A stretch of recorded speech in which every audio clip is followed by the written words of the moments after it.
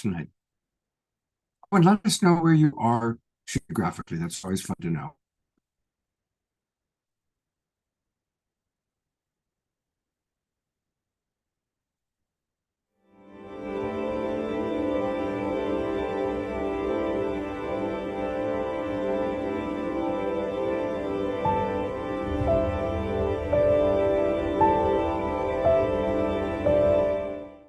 What if I were to suggest that you play a key role in the awakening world?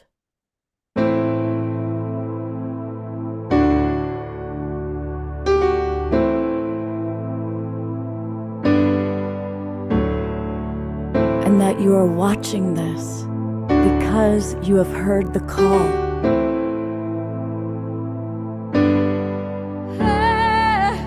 We can start right now by opening our hearts and minds.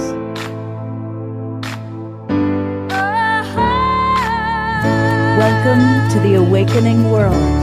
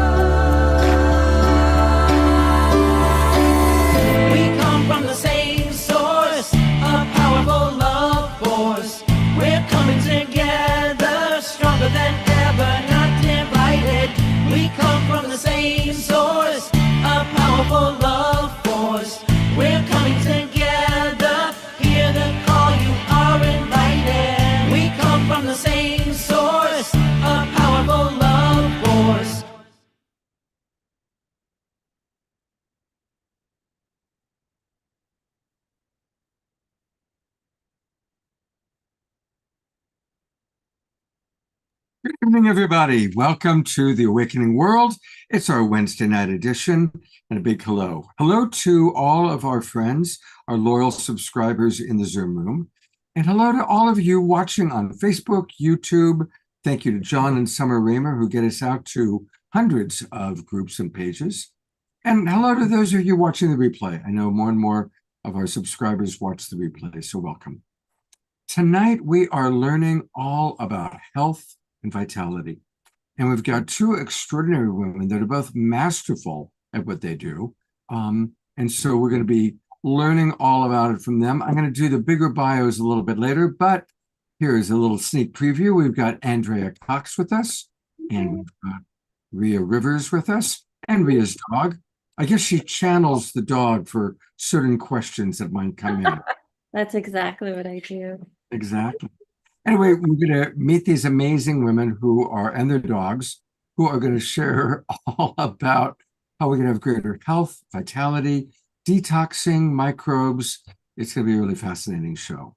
But we always like to begin with music, and we are blessed to have the most amazing house musical artist. And of course, I'm referring to our beloved brother, Omoshar. So I'm going to turn it over to him. Take it away, brother.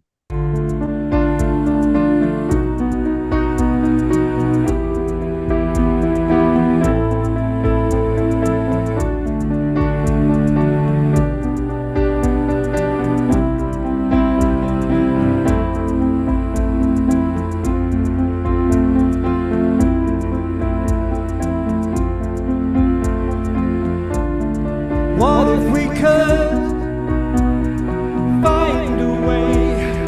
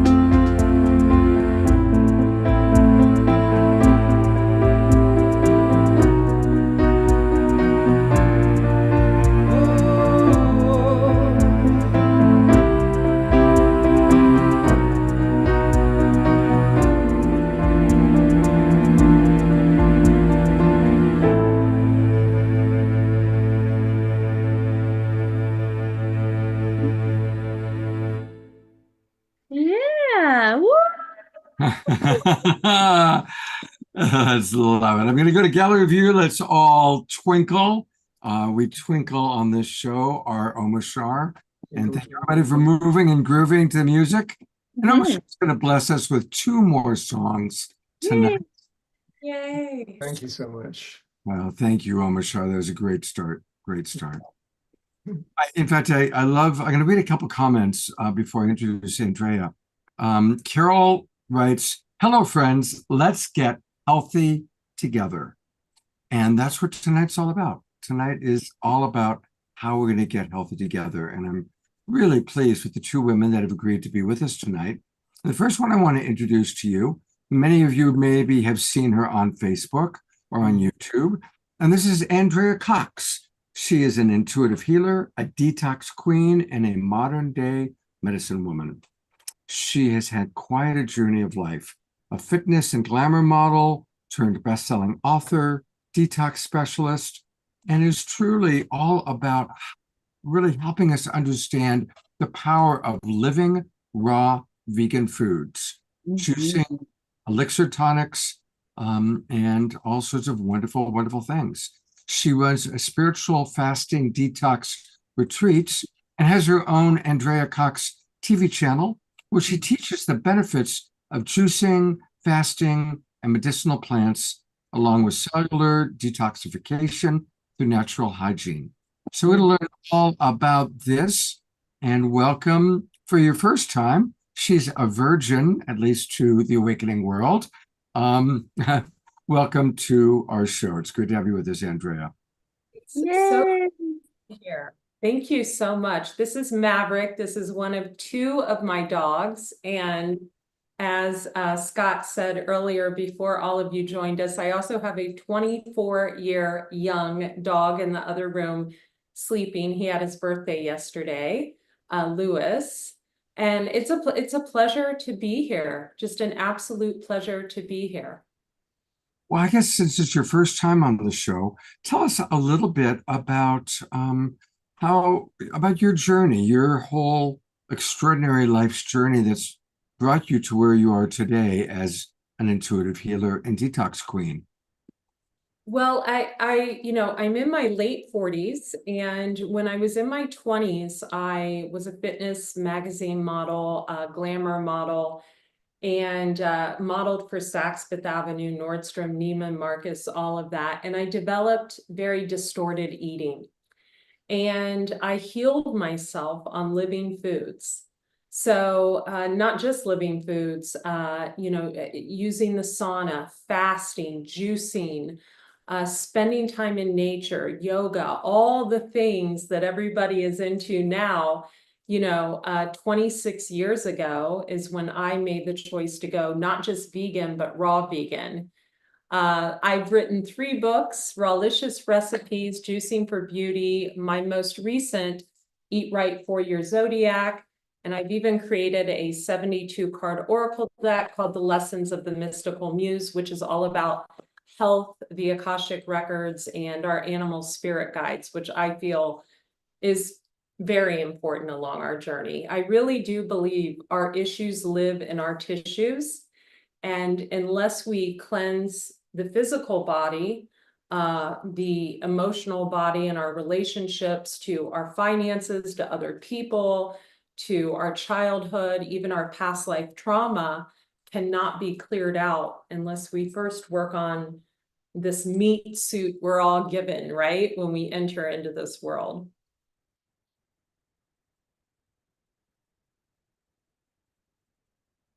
Oh, I've lost the sound. No, he's going to unmute. I was muted. Oh, okay. You've had a fascinating life. And what, right off the bat, is the most important thing you want for our audience to know? Well, I think it's more than just the foods we eat. It's the foods we abstain from. And, growing up in Ohio, where I grew up, I don't live there now, but growing up in Ohio, I grew up in farmland. My family owned farms in Kentucky. And so I grew up on meat and potatoes. And, I don't think the world needs to be vegan. I think, I'm very non-judgmental. In fact, the majority of my clients are not vegans. However, I feel that there's a connection between the animal world and us, and there's a need to incorporate more living foods, especially nowadays, because we really don't need all the anxiety and the haste that goes into, unaliving the animals. And so I think, but even prior to that, even prior to eliminating, meat, we need to eliminate the white sugar, the white flour from our diet, the packaged foods that just lower our vibrational frequency and really don't allow us to excel like we would if we ate cleaner. And I do believe that there are certain people that can surpass this without changing their diet at all, that have just very open spirits, and they're open-hearted. But for the majority of people, the chakras are closed, the bodily vessel is clogged. So I think, what I take my clients through before they even get a meal plan or anything like that is a lot of food combining, colon cleansing, juicing. I think it's imperative also that once we go into deep cellular detoxification, that we really hone in on, tapping into our past life pain, our karma from past lives. As a Pisces, I feel like I've had 12 lives here, and clearing that out so we can be on our dharmic path, and also our childhood trauma. As we cleanse the body, everything else seems to fall away. The anger, cleansing the liver releases anger, right? Cleansing the spleen releases trauma. So we want to focus on this specific organ cleansing and raising the vibrational frequency of our diet with natural hygiene modalities, so we can really get to the deep core issues of opening our heart again, right? To before all the pain, before that person that hurt us in 1985, before our father passed, before we lost that animal, before we were stolen from, right? We can get back to that initial space of who we truly are before the pain, because we're clearing and we're cleansing it out. So you said some interesting things just there about detoxing. And I think I heard you say before we start detoxing, tuning into our trauma, our past life. Would that also include epigenetics? Do you believe that our epigenetic ancestral trauma is also part of what needs to be detoxed? Absolutely. I think, we all carry our, I should say, ancestral lineage karma. I know I carried a lot of codependency karma from one of my parents, and a lot of, living beyond my means, and being in my masculine energy of my father, who was a strong entrepreneur. And sadly, he lost his life at 35. Wow. And yeah, in an accident. And so I know I carried both of their karmic blueprint for many years, even after I had been cleansing my body on a cellular level for decades and decades, 30-day water fasts at True North Health Center, and spending 3 months at Optimal Health Institute to learn, the modalities there, and getting colonics, even going to colon hydrotherapy school so I could learn more. Juicing every day, moving my body, sweating, red light therapy, all of it. I sleep next to a resonant light Rife machine. However, I still had this pain inside of me and this desire that was not allowing me to step into my feminine energy fully. And I kept checking in, like, what is that, right? And it wasn't until I worked with a client who came to me along her journey. She was I would say about 50 years old, and she was very in her masculine energy. It was almost a challenge for me. And I realized, and this was about 9 years ago, it was because we were mirroring each other so strong, right? So I feel like we carry not only the ancestral wisdom of our ancestors, but also the karmic blueprint that if they didn't heal it while they were here, or if they're still here, we are supposed to close those cycles. And one of the things that I work with a lot with my clients is clearing out karmic cycles. You know, people want to hold on to things and people and places that do not serve them. So what we do is we look at their astrocartography to see if they're living in the right place for them to create abundance in their life, right? We look at, you know, their Saturn placement and who they're with and say, you know, is this really like, is this a karmic relationship? Is this a life partner? Is it a soulmate?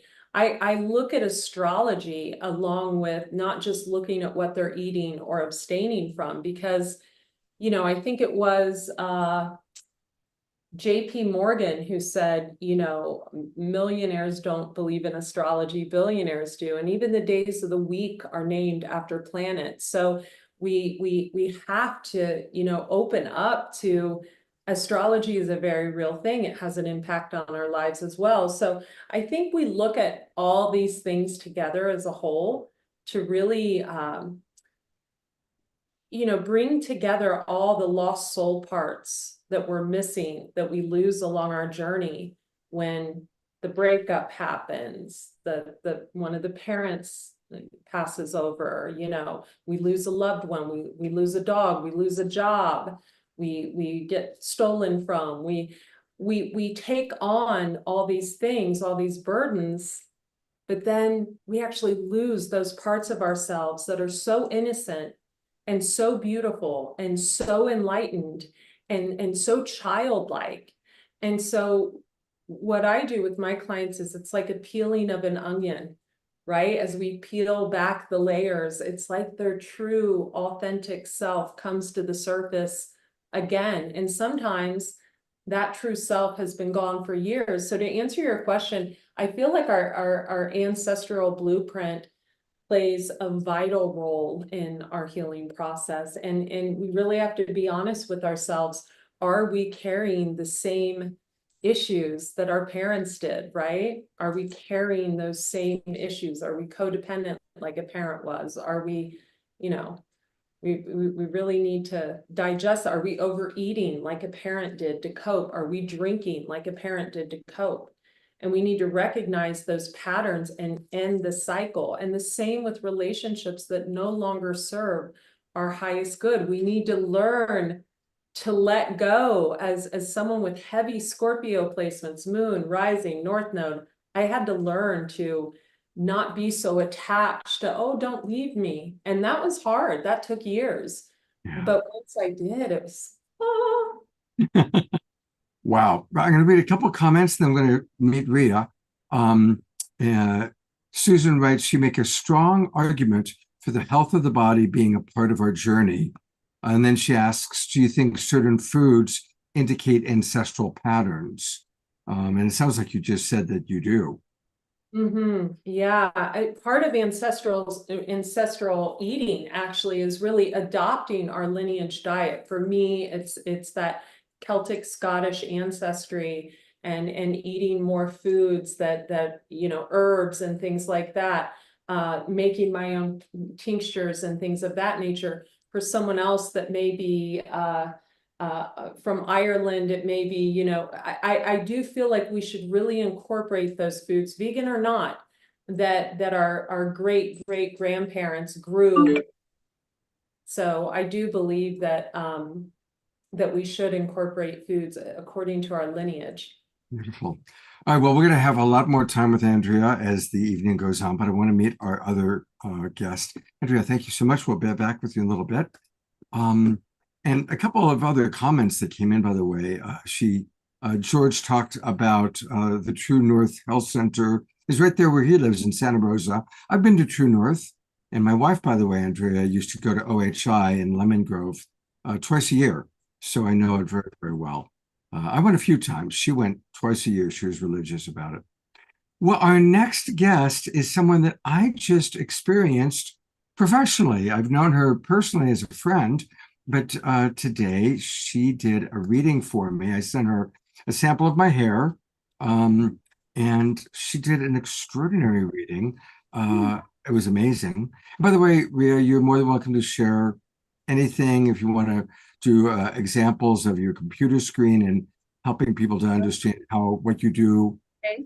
You're more than welcome. Well, My care, my life, you're welcome to share with the world. And you well, don't have to, but if you want to, you may. Anyway, okay. Ria Thanks, is Scott. brilliant. And she's helping me to understand all about microbes, all about what's living inside of me, what's living inside of us. And that's quite an education. So with that, I'm going to turn it over to the wonderful Ria Rivers. Ah, why, thank you, Scott. I am very happy to be here. Hello, everyone. I hope you're having a wonderful, wonderful evening. I am, yeah, Scott and I we were able to do a scan today. If you've never heard of a biofeedback scanner, it's a wonderful tool. So you are able to look more deeply in the body. So to identify the microbes. So microbes such as mold, funguses, candida, parasites, each of these microbes, they own their own personalities, especially viruses. Even though viruses may not have a living force, they do have a frequency. So the biofeedback scan is able to pick up on all of these frequencies. I was able to find this magical tool along my own healing journeys. So I'll tell you a little bit about me and kind of how I've gotten here. Please- Mhm. What? I said, oh, please do. Yes. Okay, great.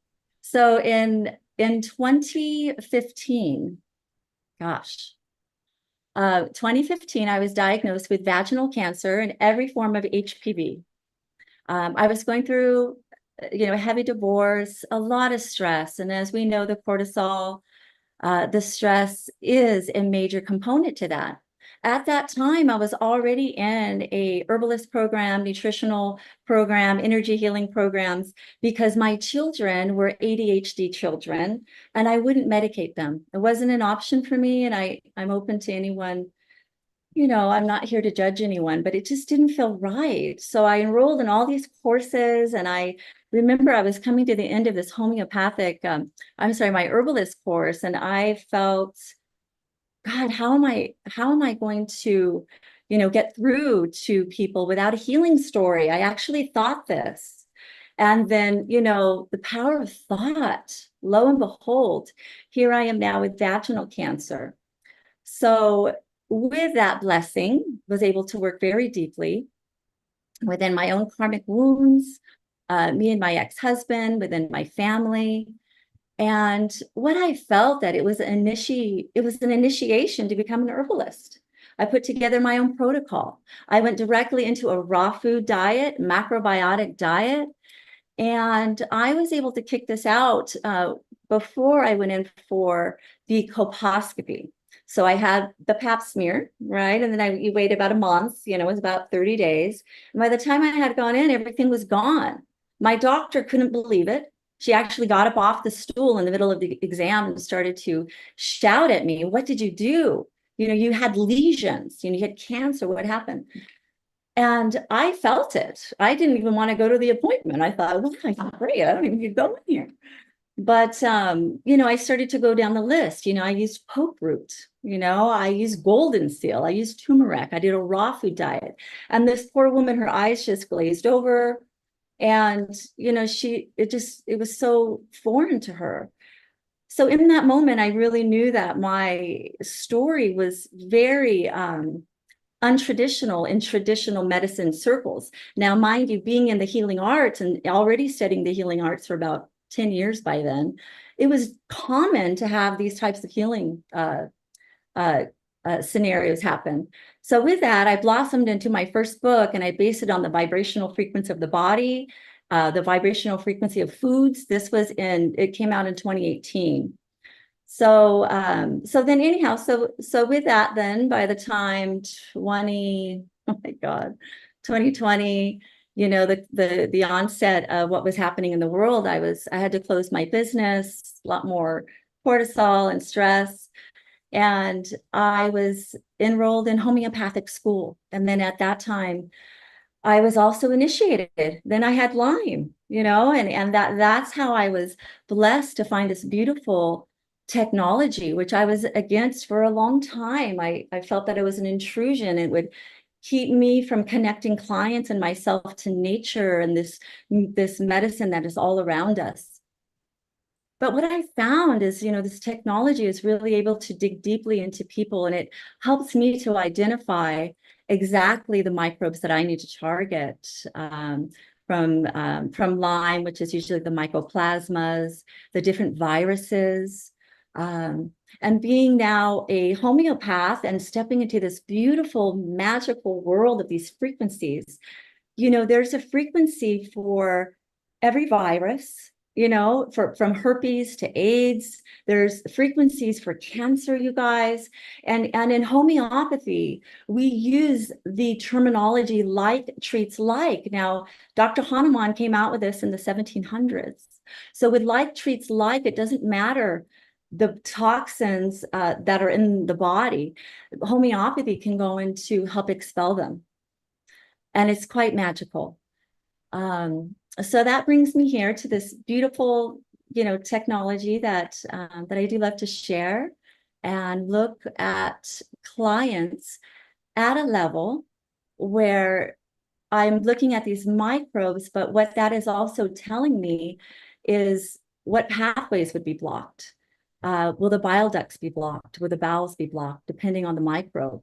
And there's also the pathology that is stereotypical of every one of these microbes, whether it's, edema of the legs, high cholesterol, heart disease. It's really interesting. So that is where I'm at in my journey. And any questions? Well, yeah, definitely. As you were kind of going through and explaining to me today, I really did learn a lot about microbes. And so maybe if you could, that was an education for me. And I made a note, definitely make sure you ask her about that because it's unique. They don't teach us about microbes in school. They do not. And I can go back to a little folklore. I hope you guys like folklore. We love folklore. Love it. Okay. So in herb school, we have all of these beautiful stories that are passed from teacher to student. It's old hippie school. It's great. It's my kind of thing. But one of the stories that really has sat with me for so many years is that, the beginning of the 19th century, 1900s, there was at one point there was an herb shops like all over the US, all over. There was one night that every single one of these herb shops burned to the ground. They were gone. And what these herb shops did, so people at that time, before the onset of the cold seasons, the flus, they would go in to see these beautiful herbalists and they would give them herbs for parasites, molds, funguses. They would open up the pathways in the liver. They would cleanse the blood and they'd give them a bag of herbs and people would go home and make a decoction out of it, right? And drink it. So therefore, when flu season came around, we were just not as impacted because the system is running more, it's running cleaner. So it doesn't impact us. It doesn't knock us down as abruptly. So the story goes, one night, every single one of these herb shops burned to the ground. And it was believed it was the KKK. And it was also the onset of Western medicine. It was the onset of taking women out of their power. Most women, we were the herbalist. We were also being, exit off, burned at the stake at that time. It was a major transition. If you decided to side with an herbalist or even continue the study, they would, assign you the letter A, right? You were banished from society. And that is where this medicine has gone deeply into that fear level within DNA. And I can tell simply when I speak to people, about what I do, where they are on that journey, dealing with that ancestral wound of fear, where they would be afraid to pick up this herb, versus, an ibuprofen or, a pain pill or, it's a deep rooted fear, like Andrea was saying, where these wounds of our ancestors, they're encoded in our blood, they're encoded in the DNA. The first way to clear them is to bring them into the consciousness. Just knowing, like, am I being controlled by this? So with the microbes, keeping in mind that early, like 1900s, that was also the onset of like polio, right? So polio is believed to have these microbes that get so under overabundance, right? They've filled the body. So then they're able to slip into that central nervous system, right? So there's a lot of, links to that, even the plague, they were also getting rid of our old herbalists, so the microbes were able to get overabundant. They didn't have their tools, although the fire cider, that was really, something that came in to help with the plague. Even the doctors, you could see the old duck bills where all that they had in there were herbs and essential oils. So the doctors did not get sick. Right. So I don't know. Any questions? Well, that's fascinating. That's absolutely fascinating. So what is, like, the same question I asked Andrea, what's the most important thing for us to know? I mean, of course, we're going to talk with you for an hour back and forth, but what's the most important thing for us to know from your unique perspective? That I believe there is a cure for everything. And to not let fear in any level, if they tell you you have herpes or, these viruses, you don't have to have these things your entire life.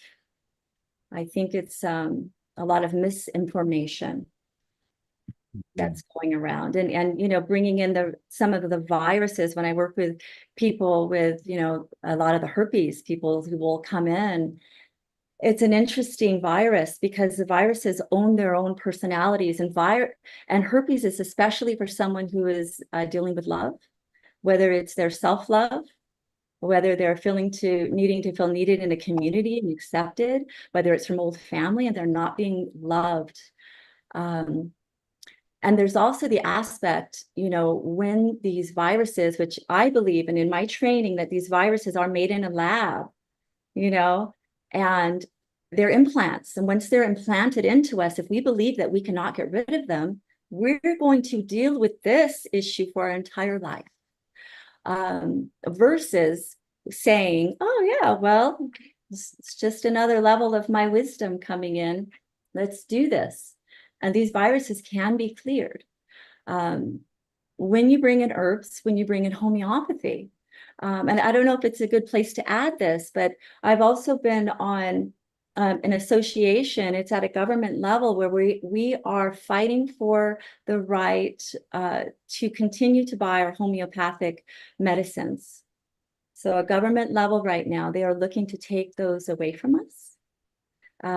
But again, no fear, right? In homeopathy school, there's a part where they teach us to write, say if in England, my school's online. So in England, if the homeopath goes to someone's home and they don't have the remedy, they simply write the remedy on a piece of paper. They put a crystal glass and they fill it with water and they drink it down, and they are coated. The water is coated. Boom, boom, right? So we're stepping back into times where we're connecting not just with the frequencies, but the frequencies are given by spirit, by God. So imagine then if we're able to write them on a piece of paper and work with those codes, right? Which is actually my next book, but we'll talk about that later. Any questions for that? Yeah, no, that's beautiful. I'm going to read a couple of comments from our audience and then bring Andrea back on. Dorina Joy has a question for you, actually. Dorina says, thank you, Ria. Usually hair samples are used for heavy metals and mineral tests and analyses, while biofeedback machines use rods. Can you share more details about this unique microbe modality that you're using? I can. The name of the machine is called Vector. It's a biofeedback. It doesn't use the rods. There's a plate there. And it's pretty special. So it's not just hair that would pick up the frequencies of what lives in the body. I can also use nails, I can use blood. And in the beginning, 3 years ago, when I was first running these scans, there was a time where I was just calling in the spirit of the individual. And it was spot on. It was spot on every time. I figured this out because I had a friend of mine in LA whose father was diagnosed with blood leukemia and kidney cancer. And I was going through training, it was a good 6 months to a year to train on this machine.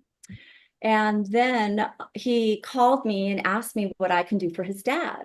And his dad was a doctor. And I said, first off, is he going to do herbs and homeopathy? He said, no. And I said, well, okay, we can look at diet. And I said, but this technology is supposed to work distance. Send me his signature. And he sent me his signature. Okay. And I put his signature in my plate. There's a little plate that you would put that on. And I called in spirit, right? Honzaze shonen, I bring in all the bells and whistles and the angels, and I called him in. And it showed, you guys, it showed the cancer in the kidneys, and it showed the blood cancer. So from there, maybe the next few months, I started to I do a lot of distance work. So I was calling people in, and I found it really exhausting. So now I don't work on that level anymore, but this technology is at that level. I bought my machine, let's say 3 years ago. So now they have machines where you can talk into it, and it'll tell you everything from your family trauma as a child and past life, your emotional wounds. It's pretty alarming how much that it picks up. So it's not, I know the machine that you're talking about with the rods, and it's not that one. No, and this one will even show, so back to my Lyme story. So now that so much more information has opened up about what that was about, the poisonings and such, I was able to go back to my old scan 3 years ago and look at my other poisons that were in my body, and this scan actually shows the snake venom. And I don't know if any of you guys are following that, but there's another doctor that's been coming forward with the symptomology of what was going around, because it didn't fit a flu. Like, you don't lose your senses, you're poisoned. You don't, you lose like your taste and your smell and stuff. So that machine, I went back 3 years ago, and I had all this venom in me, right? So the remedy is nicotine, and lachesis. A lot of the remedies in homeopathy that we were using for what was going around was potentized venom and potentized arsenic. So the machine is pretty amazing, but it's already old. It's 3 years old already. That's the world we're living in, right? Yeah, there's so much more coming out there. I'm going to bring Andrea back up. And now we've got the questions beginning to come in. And I'm also checking on Facebook for questions there. First question comes from our mutual friend, Rihanna Skywalker. And she asks, what's interesting is the question about how we pick up these parasites, these viruses, etc. Is it a consciousness frequency? So I think that's a good question for both of you, actually. Yeah. Yeah, and thank you for sharing. I especially loved what you said about how you would be burned at the stake if you were into herbalism. And as someone who has a Celtic Scottish background, I can tell you I felt that heaviness. And when I created my Oracle deck, I felt the wrath of my, even my Christian family. And so I really felt that at a core level. As far as parasites, and I've taken people through parasite cleanses several times, and as a herbalist myself, it goes beyond just using wormwood and the typical, you know, cloves and the typical parasite herbs. You really have to look at intimacy. And, you know, parasites, just like entity attachments, can be transmuted through intimacy. And, you know, I'm not saying that celibacy is the only way, but we want to really go back to kind of the golden years where we really got to know people, because one of the ways that you can get parasites in the body is through intimacy. So I like to tell people, you know, you can do a parasite cleanse, and I often recommend that you do them at the change of the seasons is very good. Beginning of summer, beginning of fall, beginning of winter. However, I think that do we call that upon ourselves? I think it's like anything in life, you know, do we call in a karmic relationship? Do we call in disease? You know, the great Louise Hay, she wrote a powerful book, You Can Heal Your Life, where every disease, every ailment in the body was emotional. And I often refer back to that book. I mean, I feel like she was one of the greatest teachers of our time when one of my clients is dealing with any kind of disease. But as far as parasites go, I sometimes think parasites are a way to, quote, protect ourselves. We sometimes call that in a way of, because the first sign of a parasite infection is bloated, flatulence, you know, your stomach is distended. And I think a lot of times as a protection mechanism, just like overeating and binge eating can be a protective wall so we don't interact with people in a intimate way. So can parasites, a way to, you know, ward off other people. So that's just my opinion. So I do think it is something that we can invite in, unfortunately. Oh, thank you for sharing that. Beautiful. Ria, what would you like to add or share? I can add, let's see, so the question was, Well, the question was about our kind of, you know, the relationship between viruses and to kind of our consciousness. And then actually Rianne add just now, this just came in as comments. So she asks, could it be the ancestral karmic tie to the parasite consciousness? So we have a contract to work with resolving that. So there's an add-on to work with. That's right. Yeah, I like that question. And you know, the way that I see this world of micro beings, we are absolutely affected by ancestors. These things are passed down, not just in the genetic codes and the emotions, but also within the semen and the eggs. This is known within homeopathy, right? Or families that had tuberculosis in their grandfathers and grandfather, you know, way in the back. You know, these people would be more susceptible to mental illness, right? Unless that tuberculosis is pulled from the bones, which you could only do in homeopathy. But the reality is these microorganisms, they're actually a part of our world. You know, a lot of these parasites, molds, funguses, we're not going to get out of here without being exposed to them. It is a sign of a healthy ecosystem. They're here. So are we. If you have animals, I mean, I love animals. I grew up on a farm. I have them all the time. If you're walking barefoot, I love barefoot. If you're kissing people, I love to kiss. I mean, you know, it's a part of us. So the reality is, like Andrea was saying, to do these on a regular basis, right? Which is what our forefathers did. And using, you know, herbs such as your like mold and fungus, and it's really beautiful to go into Palo d'Arco. Palo d'Arco also is known to stop halt cancer cells, but you're going in and you're clearing out mold and fungus. So the micro beings themselves, let's say you have a parent that has, oh gosh, what are some of the good ones now? Like hepatitis. Hepatitis is especially if someone's been on a lot of medications, but even passing that down because it's such a blood virus.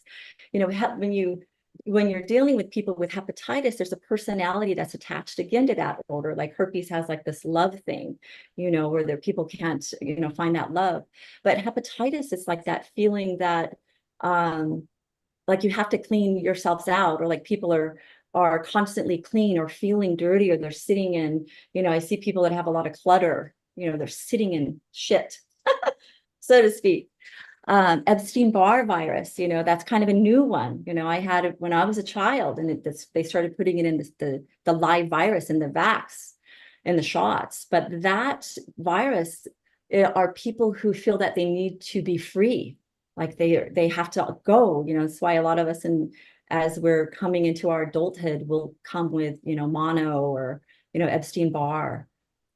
So they hold their own energies and their own personalities for sure. And generally, when I've seen people that have a lot of parasites, they've gone through a lot of trauma.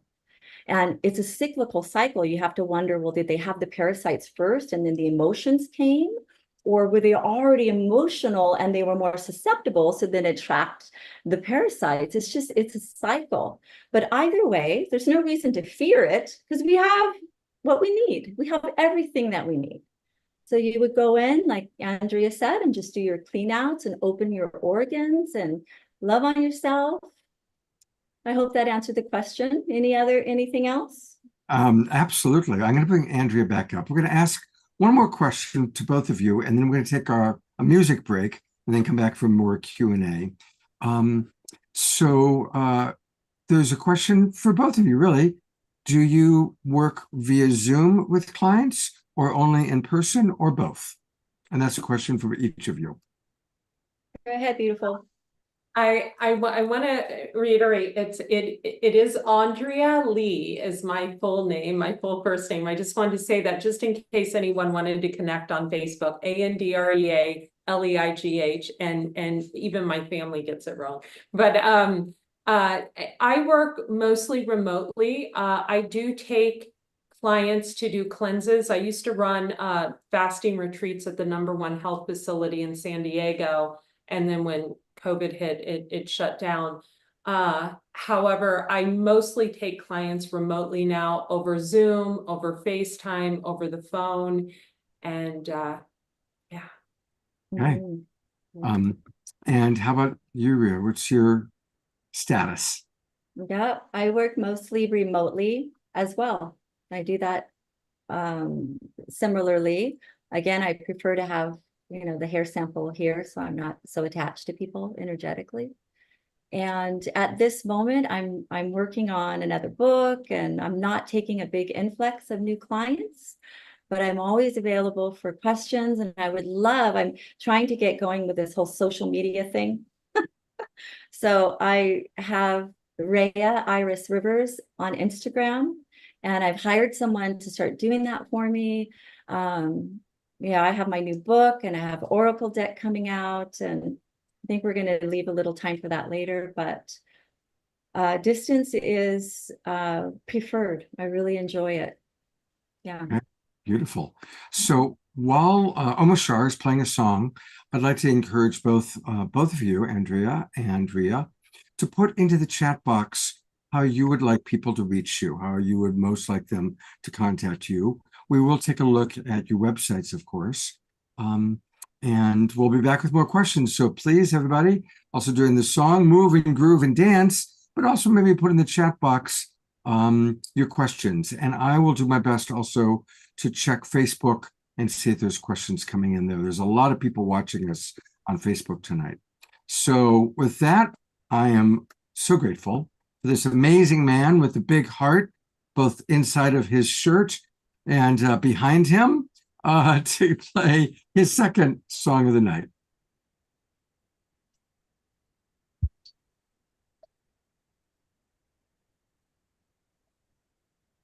I change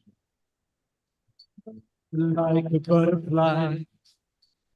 Something very new. Omashar, something is wrong. What's happening? We're not hearing your keyboards, Okay. which is Thank you for telling me, because that's happening. Scarlet and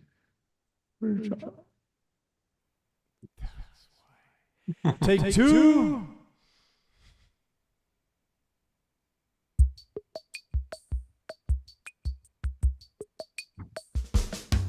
I've changed, just like a butterfly. It's something very new. I'm feeling so alive, and yes, it's true. Nothing is the same. I'm bigger than before, and yet I know that I am still a child without a care in this new world, and so connected to you. An innocent new life, a heart so true.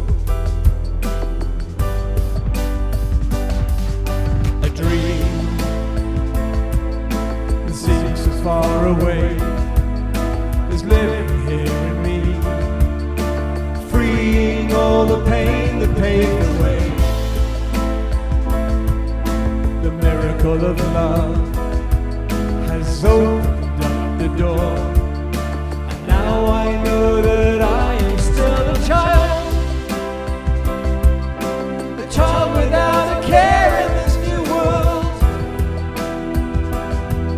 and so connected to you.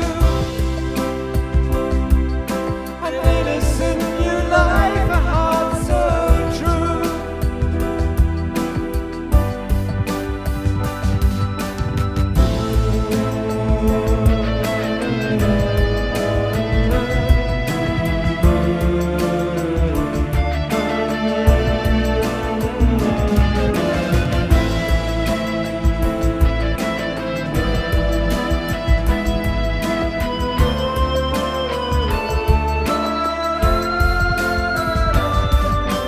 Heart is beating once again. I'm feeling so secure, and yet I know there's nothing like before.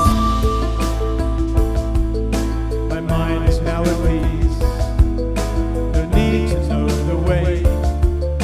And yes, I'm glad that I am still a child without a care in this new world, and so connected to you. An innocent new life, a heart so true. I'm still a child without a care in this new world, and so connected to you. I'm innocent and deep and pure and true.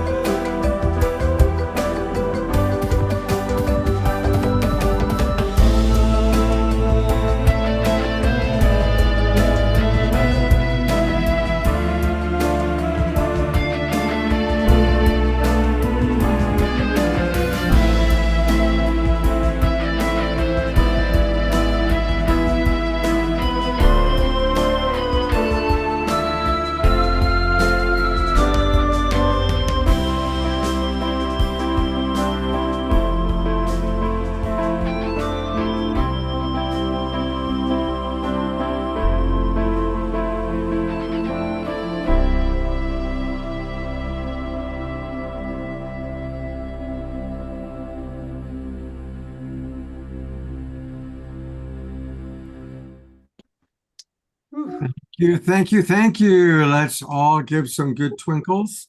Yeah, I'm really appreciating this show tonight because I'm on the third day of a detox diet, and so to actually sing when I'm feeling really spacey, hence why I didn't press my professional music button, is interesting, and just synchronicity always happens. And the next level of a detox diet is a parasitic cleanse. And Yay. so, right. And Yay. I know I really need that because of what you just were talking about, bloating and the other flatulence and the rest of it that we don't like to talk about. It's like, wow, it's time for me to really do a gnarly one, a gnarly cleanse. And so thank you for being here and blessing me with the your presence, because I feel it and it's just encouraging me on. So thank you. Mhm. So while I've got you all on, do you have any questions about your particular cleanse that you're doing, Mama Shar?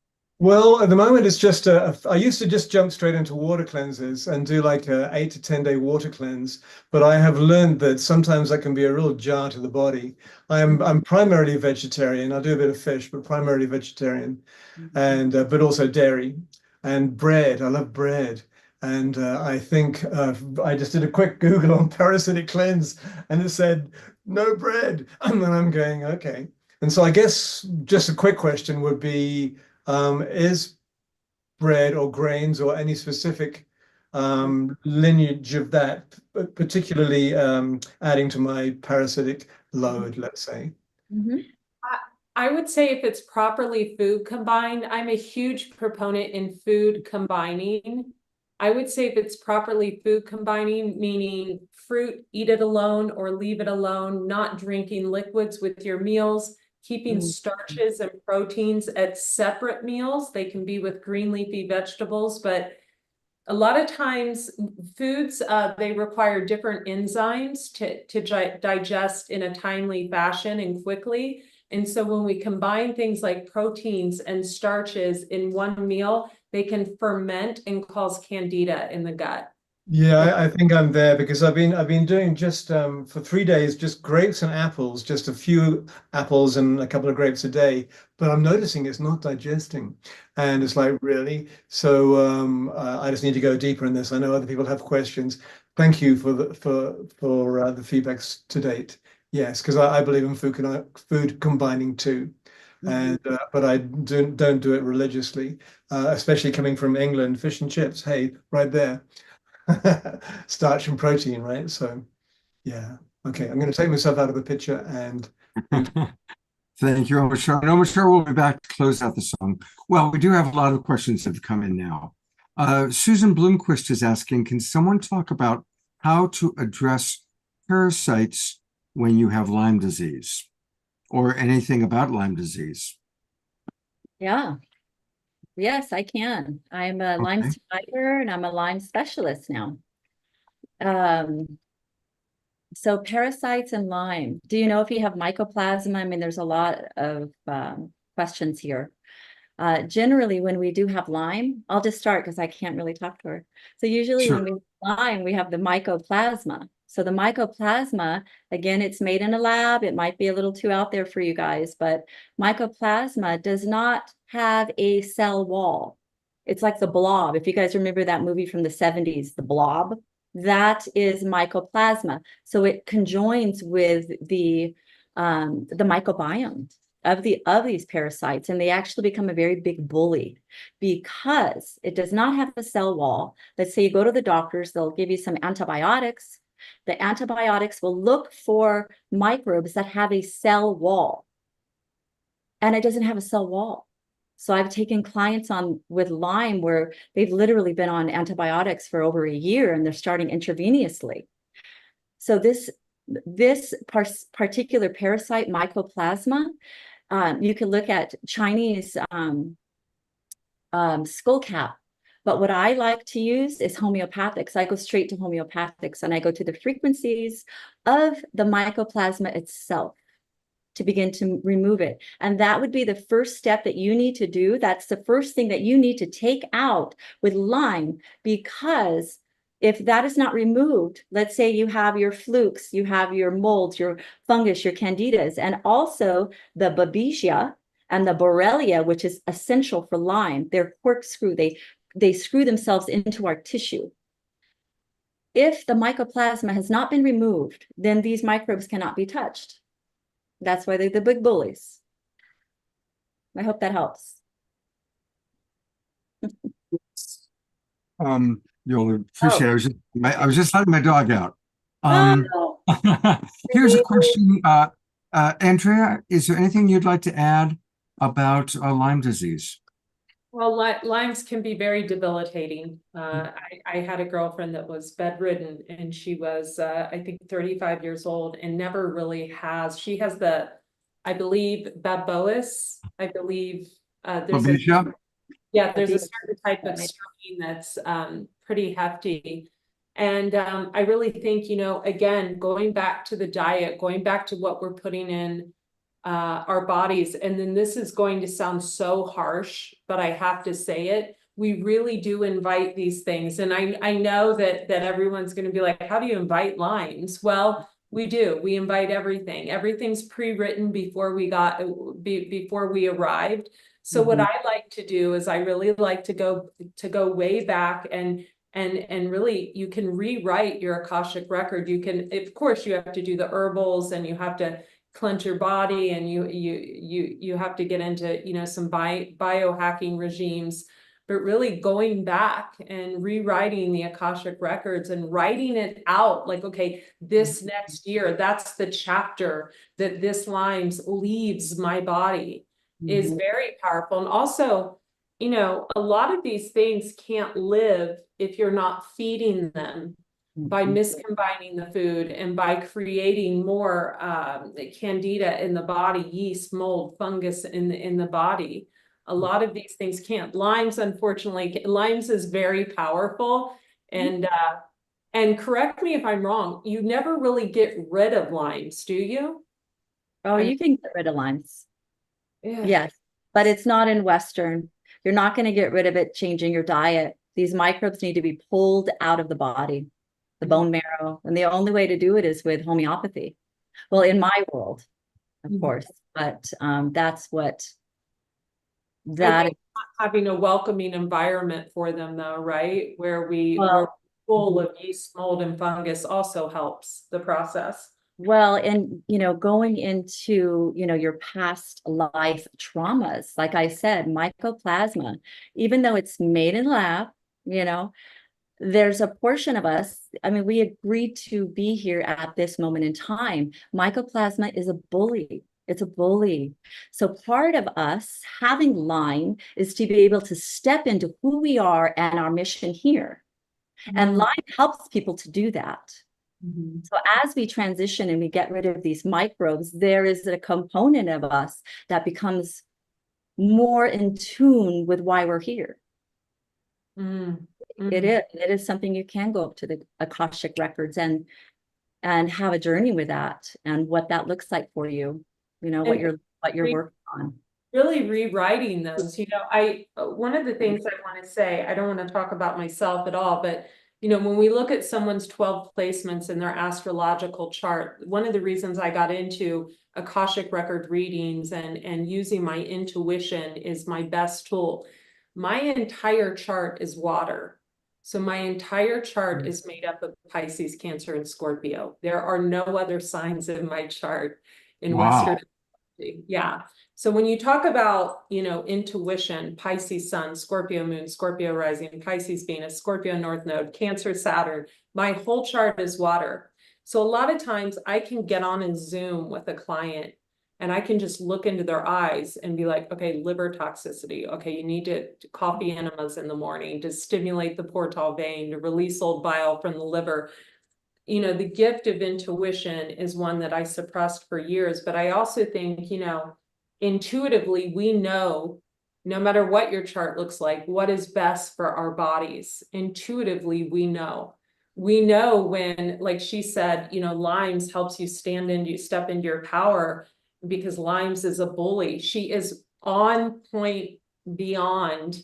So a lot of times we have to look at, okay, where else are we being bullied in our life that we're allowing this and we're inviting this into our lives? Where else are we being bullied in our life? We have to look at all these things, and if my liver is toxic, who am I angry at from my childhood? Because liver stores a lot of childhood anger.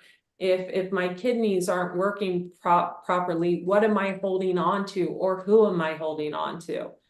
All of these things, really make a difference. And I'm sure you probably agree, I treat herbs very medicine woman like, very, if I'm harvesting herbs, I grow 90% of my food here. If I'm harvesting herbs, I'm going to ask a tree before I cut a stem. I'm going to sit the herb on my counter for a week and speak to it, tell it what I need it to do, and say, you know, I need you to heal my skin eruptions. I need you to do this. I need you to open my heart again. I rhodiola, I need you to heal my adrenal glands and give me energy. So really taking, you know, if you are going to a store and you're buying an herbal supplement, really taking into account, like speaking to it like your healer, that herb as it sits on your counter for 3 days prior to you taking it. Thank you both. Well, I've got the camera on you, and then we'll go to Rhea. But how does one rewrite an Akashic record? I don't think we have enough time in this segment to go into that. It takes a lot of deep physical healing, in my opinion, first, a lot of clearing out of the body. So you are just not to the degree of like a Herxheimer reaction where you've cleansed everything out of your body and you have no energy, but really clearing out the body so we can really step into ourselves and say, okay, what do I truly want and what is truly holding me back? Why have I been codependent on my partner for 7.5 years and I don't believe in my own gifts, right?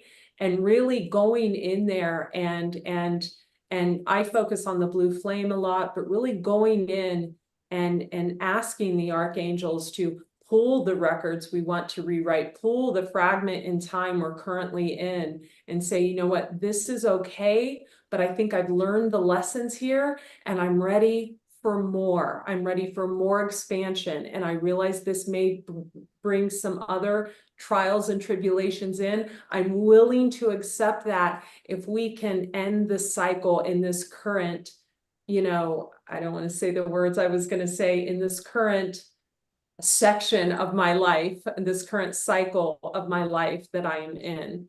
And I believe in calling in your ancestors and really praying to God, whoever God is to you, and praying to your ancestors and really communicating with them one-on-one and saying, you know what, Grandma, I am done with this cycle. I'm ready to close it out. I am ready to step into the new, is vitally important. Beautiful.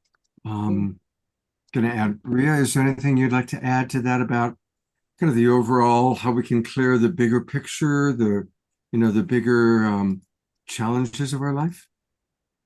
Well, I guess I can add to that. When we would like change in our life, there's a lot of holding ourselves accountable for really who we are, our reflection, and doing that mirror work and what it is that you need to let go of. Why are we being held hostage here? And be honest with that. You know, sometimes it's things you don't want to hear about yourself. Egotistical, maybe you're a little narcissistic. But sometimes you know, when we get to the end of that, you know, we're able to look at ourselves and, you know, even look at our triggers. That was a lot of work I did with Scott. It's so empowering to know not just how you can fly, but, you know, the things that have held you back. It just makes you more powerful. And to know that you're okay and it's not anything that you should feel bad about yourself, because we're all here learning, doing the best that we can, you know, and just step into a new frequency. That's it. Here's another question and I'm going to try and get to everybody's questions. There's a few that came in a while ago. Tarina Joy asks, thank you both, Andrea and Rio. What in your experience are the hardest things to detox from on physical, emotional, mental, or even energetic levels? I'm gonna be honest. First of all, I love what she said about seeing yourself. That's so very true. I feel like in the darkest of times, we really transform into who we're meant to be. And I think that the hardest thing to let go of is heartache. I really do. I think the hardest thing, feeling my Pisces. Oh, oh, thank you for that. Yeah. Maria, what's your response? You know, what I've seen and what I felt, you know, even being 45 and having vaginal cancer, it was linked to childhood trauma that I was not bringing up. I was not looking at it. I've seen childhood trauma in people affect them their whole lives, triggering, you know, re-triggering, putting them in that histamine loop. Going back and doing that work, you know, like we're talking about in that Akashic records, and looking at these past lives and why it is so difficult to let go of this life. You know, learning to forgive yourself, really learning and bringing in that Christ light. And it's such a buzzword, but when we look at the things that we need and ask to be forgiven, really look at that and what did I do that I need to be forgiven for, and who do I need to apologize to? That's pretty huge for me. I work a lot on that. The energy level, bringing in apologies, even to past lives, right? And looking at some of the traumas with my ex-husband from past lives. I've had some really great journeys with him, but asking him for forgiveness, even though I may have been wrong, there's a level where he believed that he was wrong. And that can hold you hostage. And I don't want to be held hostage anymore. You know, I like to look at all of those ways. So I hope that helps. I'm really loving what both of you are sharing on, and thank you for the depth, you know, and I appreciate the going deep. Question from Susan Woolridge. Do either of you know anything about nanosoma, PMF devices, or Beamer? Nanosoma, is that the color therapy? I'm sorry, Nanosoma, I believe it's the crystal color therapy. Can you ask her? We can't talk to. Sure. So Susan, you can clarify about nanosoma. What about PMF devices or BEMER?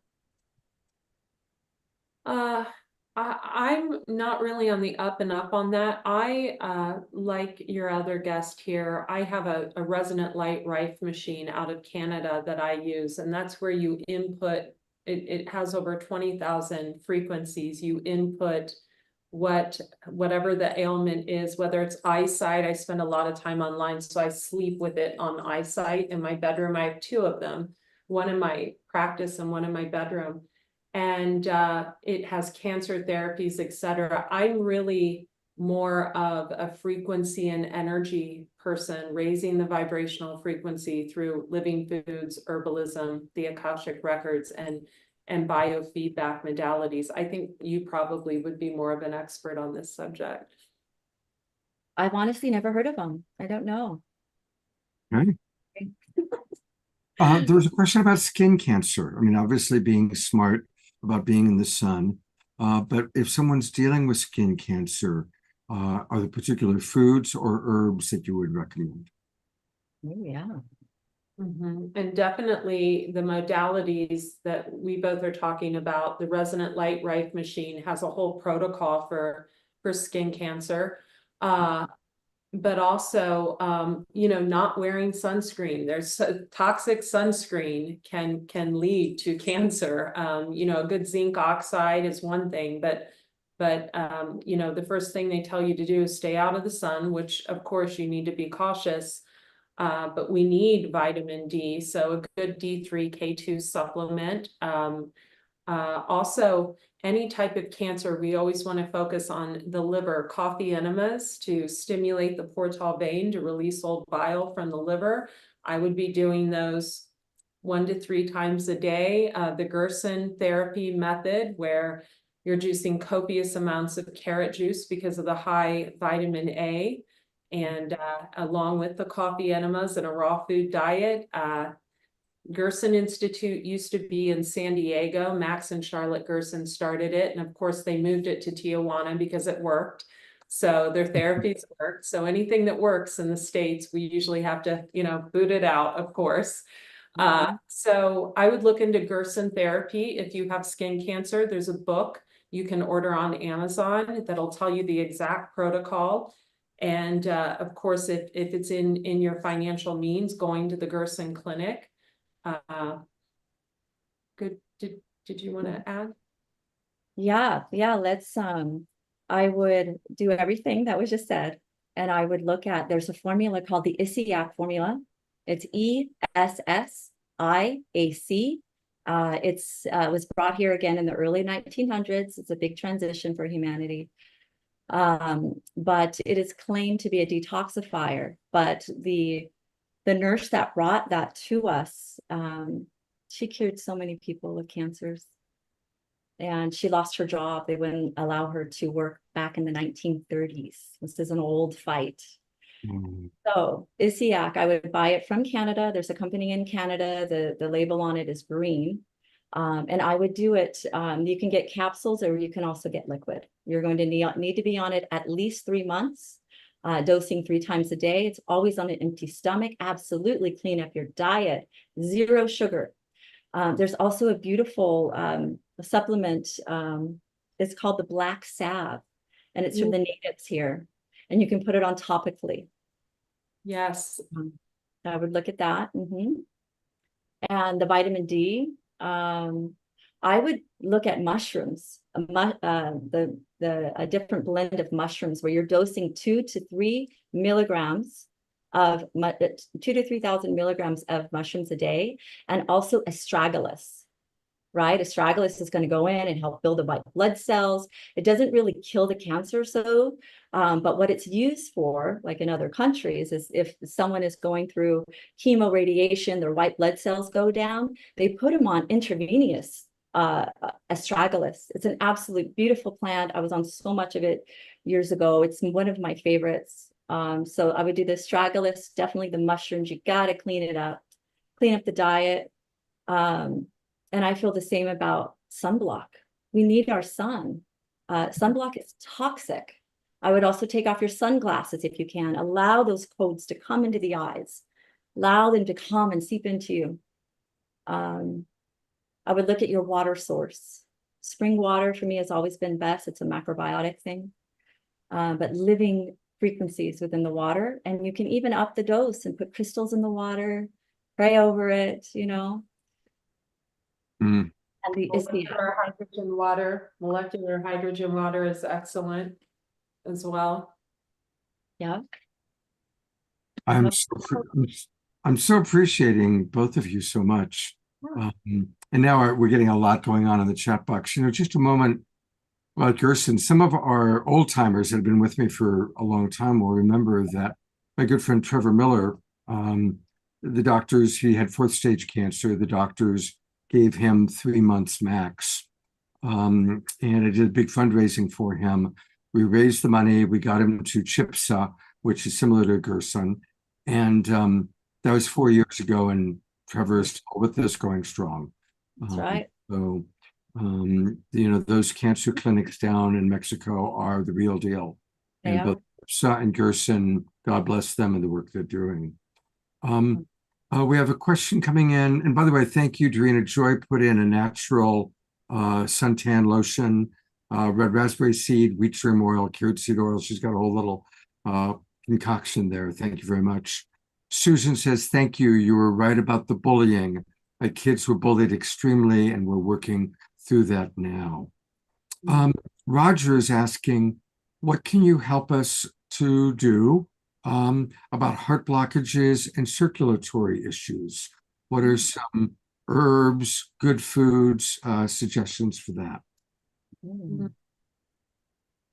Well, the first thing I would do is I would put a carnelian bracelet on my left wrist for receiving. Carnelian looks like this. It represents the heart, and it's wonderful for opening the heart chakra. Also frequencies, listening to frequencies for the heart, 500 megahertz, I believe, getting a love tuner and wearing it, but, you know, lower the sodium. I think, you know, sodium serves its purpose, it helps us absorb water. However, we are intaking far too much of it. And as someone who has heart disease in my family, and even a family member that had emergency heart surgery, I've had to learn a lot about the heart. But I have to go back to Louise Hay's work of pain in the heart, a closed off heart chakra leads to heart issues, right? We close off our heart, there's a blockage there, and that blockage can manifest. And I know I'm probably getting, what is she talking? You know, but I truly believe that the closed off heart, the pain, the not feeling, we have to feel it to heal it, not feeling our pain when we go through breakups and being cheated on and being hurt and being left and being abandoned. Harboring that can lead to heart issues. Mhm. And so I think the first thing to do is feel into who has hurt us and really go back and heal that. And I know with the family member of mine that that has a pacemaker and has heart disease, I know that she went through a lot of pain in her life, a lot of trauma from relationships and abuse. And I don't think she ever had time to slow down and feel what she needed to feel. And I think you start there. Go ahead. Mhm. Well, thank you, Ria. I think that's really beautiful. I agree with that. I see a lot of people with heart issues, and there's the forgiveness aspect. This is the Christ consciousness right here. It's the heart. It's your, you know, how we take and how we give. Are you in balance there? Are you giving too much and you're not allowing receiving? Do you feel that you're worthy of receiving? You know, that heart chakra is all in here. Looking at, again, you know, the forgiveness aspect. You need to forgive somebody. It's not fun to carry, you know, hatred. Do you need to ask spirit for forgiveness? Right? This is a big chakra for that. In the world of like flower essence, I could give you some remedies. One of my favorites is in homeopathy, because homeopathy already brings in the emotional body. It brings in the spirit body. And in homeopathy, you can do soul retrievals using these supplements. It's just magic. I love it. But so the remedy for the heart is Arum, which is gold, right? I would start with a 30C, something a little, you know, a lighter dose. If it's something where you're feeling that maybe you need more emotional relief, you would move up to maybe a 200C. And I wouldn't go any further than that without a proper consultation. But Arum, A-U-R-U-M. And in the world of a flower essence, which is all emotional, you just drop those. You can drop those four drops on the tongue. You could go behind the ears. You can do a little on the wrists. Oh man, put a little on your heart. It's holly. And holly is connected to forgiveness or hatred, or, you know, something, there's that energy of the heart. And then the herbs would be the hawthorn and motherwort, you know, really looking at the mother wounds where motherwort comes in, and she's actually, it's not just the physical mother, you know, in our skin suit mommy, it's connecting to the nature. So that's a really beautiful herb to sit and meditate with, like, you know, she's already recommended to do. But so motherwort and hawthorn, and I love butcher's broom, because you could be having some stagnant energy. So even if you have higher levels of microbes, the energy can't spin. There may be some ulterior sclerosis there. So butcher's broom is a beautiful herb for moving energy, right? It goes in, it'll help with anything from, you know, edema, all the way into the brain. But it'll also go in and repair the flaps inside the circulatory system. You know how the heart goes bump, bump, you know, it repairs the flaps in there. It's pretty spectacular. So I would look at, you know, the circulatory system, motherwort and hawthorn. I hope that helps. Tremendously. Andrea, I'm going to read some comments from the audience, and then we'll got a couple last questions. Andrea, while I'm doing that, would you be willing to put into the chat box the name of the bracelet that you were recommending? If you could write the name of that, that would be wonderful. And there's some wonderful comments coming in, and a lot of recommendations from our audience. So I want to share those right now. Kiki is suggesting a good Nook to reference, which I imagine is probably a book. Feelings Buried Alive Never Die. And I've heard about that one before, by Carol Truman. Carol spelled Karol. Our beloved wild monk of the Mystic Monastery, Abbot Jerry, writes that he is very connected to the Natural Cancer Clinic in Mexico called Hope for, that's the number 4, cancer.com, and that they incorporate the emotional history of their patients. Again, that's Hope, the number 4, cancer.com for more information. Again, Aurum, AURUM, is highly recommended, especially for our heart. Ayada writes that Dr. John Christopher is North America's beloved herbalist and naturopath, recommended a very simple remedy for heart and circulation issues, and that's cayenne pepper. And I've also heard that. I've actually taken cayenne capsules at times in my life. Rihanna writes, forgiving ourselves, indeed, and forgiving life itself, which inevitably is what causes the pain in our heart. So thank you for that. Jerry, our wild abbot, writes that skin cancer, people dealing with that should immediately stop eating any seed oils, which is most of the cooking oils, and have a 7-year cycle to rid the body, which is to sweat out of the body, and forms a greenhouse effect on our skin. Switch to butter and coconut or olive oils. So thank you for that recommendation. In a moment, I'm going to ask you both a question about EMFs, how to deal with that, so you can start formulating your questions. And Nalia writes, choline works with similar receptors to nicotine, mentioned by Dr. Artis, worked for her. So thank you for that. And I think I'm going to stop there, but I apologize for those of you who I didn't get to your questions or comments. They're flying in too fast. All right. Yeah, let's go to that question. I'm going to bring you both up again. How do we deal with EMFs? There's a couple things. I like Jason Stiles, the iTaurus.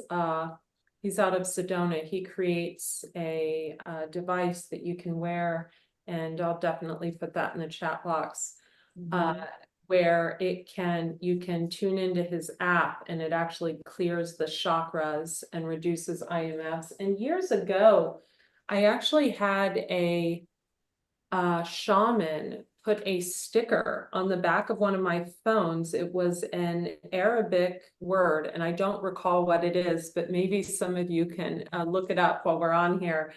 But it seemed to really deflect the EMFs.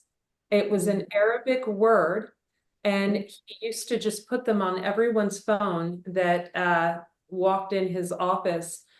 But I think also, turning our devices off, not being attached to our devices at all times, having a social media following in the millions, and especially being trolled online over the past 2 to 4 years, I've had to spend a lot of time troubleshooting, fixing problems, training people, text to fix problems. And I noticed that I started to get a dent in my finger. And what I learned was, if you have a dent in your pointer finger, you are on the phone too much. You're holding your phone. So that's one sign. But also another thing that I like to do, and what I'm going to say is more preventative, because at the end of the day, if you are like this 24/7, and it's so sad, we see so many kids, we see babies at the supermarket that are 1 and they've got a phone in their hand. If you are like that 24/7, you know, studies show that our children are having eyesight problems at 17, 18 years old. So I forget what the app is called, but I have an app on every single social media app that tells me when I've been on an hour. And so I try to limit myself on social media to 1 hour a day. Also, I have my social media set up so I don't see what other people are doing. On Facebook, you can eliminate the scroll features, so you can only go on to post and only see what, for example, your family's doing or something like that.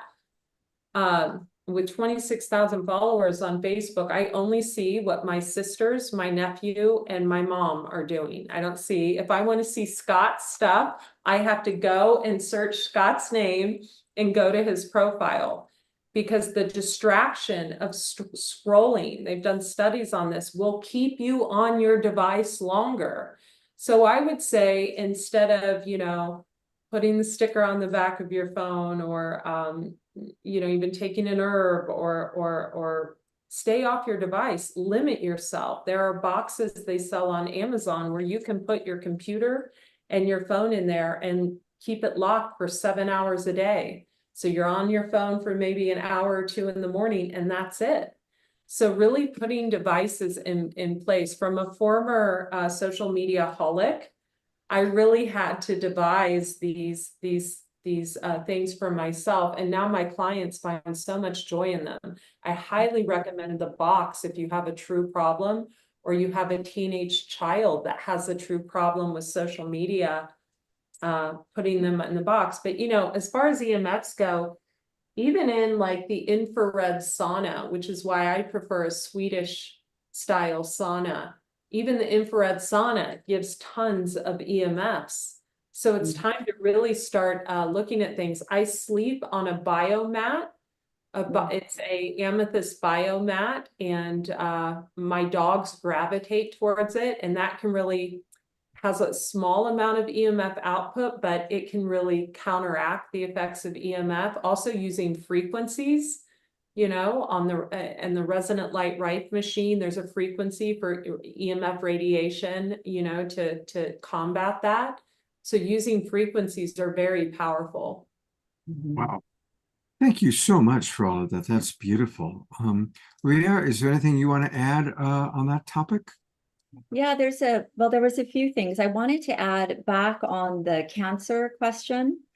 I did not mention there's potentized forms of cancer in homeopathy. And again, we're looking at light treats light. That remedy is called carcinosin, CARCINOSEN, I believe. So that's for the cancer. But as far as the EMFs, I would look at the crystals like shungite. You can wear shungite. Yarrow is really good at maintaining the boundaries. It's a blood herb, but it's actually really good on the aura, and it's really good with EMFs. You can get yarrow as a tea, and you can also get it as a flower essence, right? So you drop dosing it. And the other one, oh, the curtains, you know, you can buy those curtains, and I forget what they're made out of, but you put them over your bed at night, right? So you're not as susceptible when you're sleeping. And, you know, there was another man that I've been listening to. His name is Jerry Sargent, and he's with Star Magic Healing. And he just did this protocol for EMFs, and guys, and I can't remember the whole thing, but it was really fascinating how he was really sensitive to EMFs. So he actually went into a past life, you know, journeyed into one of his past lives and upgraded his codes, upgraded his body's ability to handle this. And he has his whole journey on his book, but it's a lot for me to relay. But his name is Jerry Sargent from Star Magic Healing. Jerry Sargent's Star Magic Healing, and it was really fascinating. So he's going back to these past lives and these alternate realms to heal, not just his clients, but himself. So that was one thing that he healed in himself. Thank you. Ria, I'm going to go to Andrea and show a little bit about how people can work with her. I still need your website. I still don't have the website you want me to take people to. So if you could put that in the chat box and we'll go there. But I want to share with people all the amazing, there's a lot of ways that Andrea provides wisdom to us. And I'm going to start with Andrea Cox TV, her YouTube channel. And oh my gosh, there is so much wonderful wisdom here. So many beautiful videos. Obviously, it's very easy to find. Just go to YouTube and click Andrea Cox TV, and it'll come right up. And then there is her main website, which is her name, Andrea Cox. And is there anything on your website you want us to especially point out or let our audience know about? Well, I want to say one, you can X that. You can X that out, that box there. I think it's up in it's a little gray. Oh, no, it was on the website. That's my newsletter sign up. I said there's a little gray X there. Okay. So that's okay. I want to say one thing. On YouTube, I have 2 channels. So Andrea Cox TV is all about health and wellness. And then a few years ago, I started an Oracle reading channel called The Detox Intuitive. It's smaller. There's about 17,000 subscribers there. It's a smaller, more intimate channel, but I think you'll find a lot of good insights on astrology and things there. And yeah, AndreaCox.com is wonderful. I also have an easier to reach Shopify shop that I will share with all of you. Usually the way I like to work with my clients, it depends on, I'm big into holistic wellness, intuitive life coaching, but I also do the Akashic record readings and the astrocartography sessions. I really feel like my gifts are kind of intertwined with intuition and healing and wellness coaching. Wow. There's so much that you provide. I'm just noticing on your website, you're offering us, when you say kind of goodbye, cilantro kisses. Now, cilantro is like my favorite thing to put on my salad, but why cilantro kisses? Oh, that's such an old, gosh, that was probably from 2009 that I used to sign my newsletters, cilantro kisses. Cilantro is a lung healer. And so gosh, I always said cilantro kisses to one of my parents who smoked and no longer smokes. And so I always said cilantro kisses. And ironically, she didn't like cilantro. And now that she doesn't smoke, she loves cilantro. So imagine that, right? But I used to always say that to her, to my mother. I used to say cilantro kisses, you know, so that's for cilantro. It's very sweet. Yeah.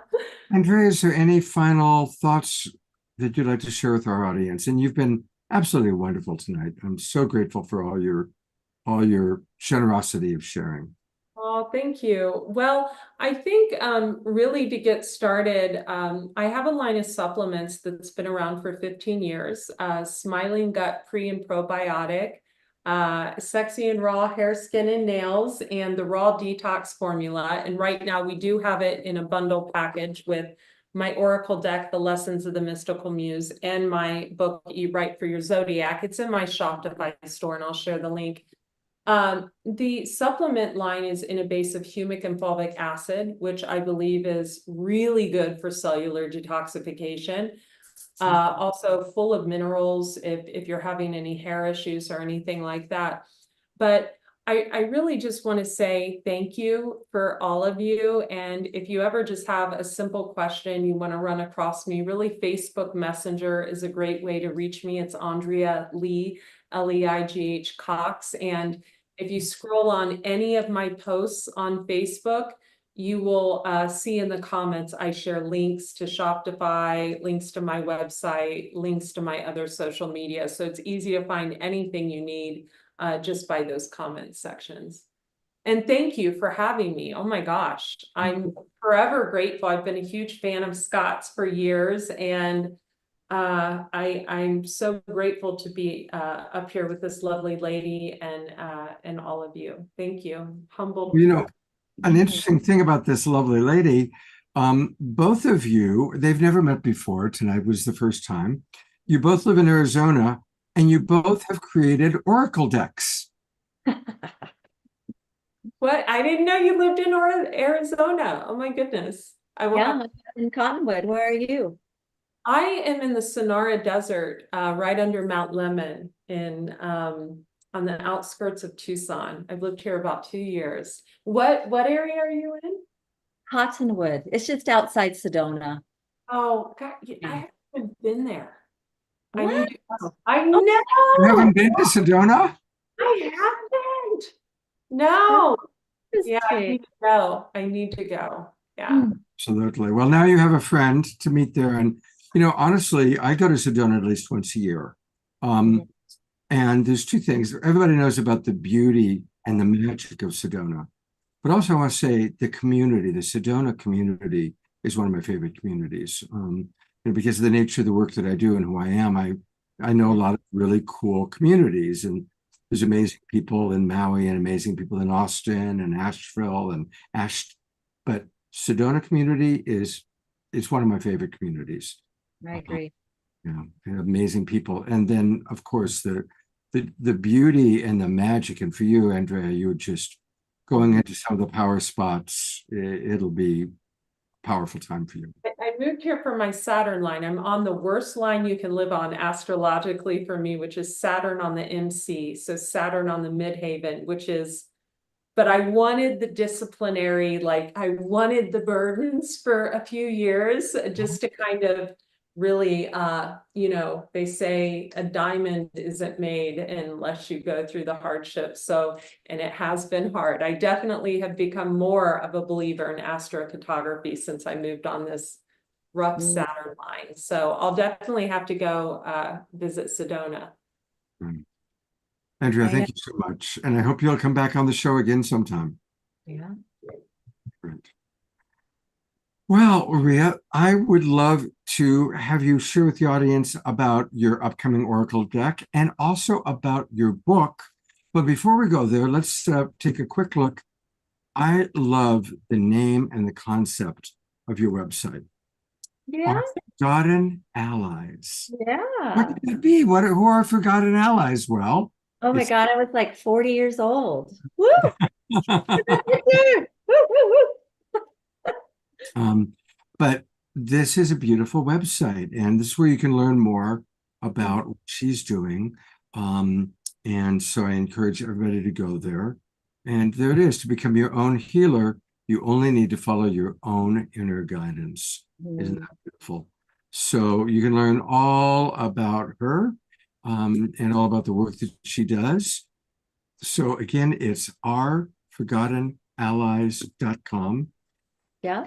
Again, remind our audience who are our Forgotten Allies, Ria? I will. So this was my inspiration in 2015, where I had vaginal cancer, every form of HPV, and I had this amazing results. That was the book that I wrote, and I was here. This is Our Forgotten Allies. Can you see it? No, because you've got this there, Oh, right there. there it is.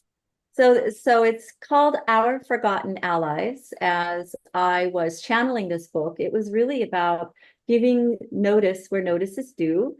And I was able to conquer this because of all of these friends that I made in the plant community, whether it was my food I was eating or the herbs I was taking, the mushrooms. Our Forgotten Allies, I touch a lot on flower essences. I touch a lot on the frequencies. This book was the first book that I knew of where I brought in where living food vibrates, like what the megahertz is, where a healthy body vibrates, and where you begin to vibrate when you come down with like cancer and candida, and the difference in the megahertz, right? And I included in there the different frequencies of, flower essences and all of the essential oils. So yeah, so that came through, back, 2018, that was released. And now I've been working on my new project, and I was inspired for this book because what I realized is that I really need to step into my inner child. This is heavy work, and healing stories can be boring. They can be, unless you're going through something, they could be kind of boring. So what came through was to bring these healing stories to our younger generations.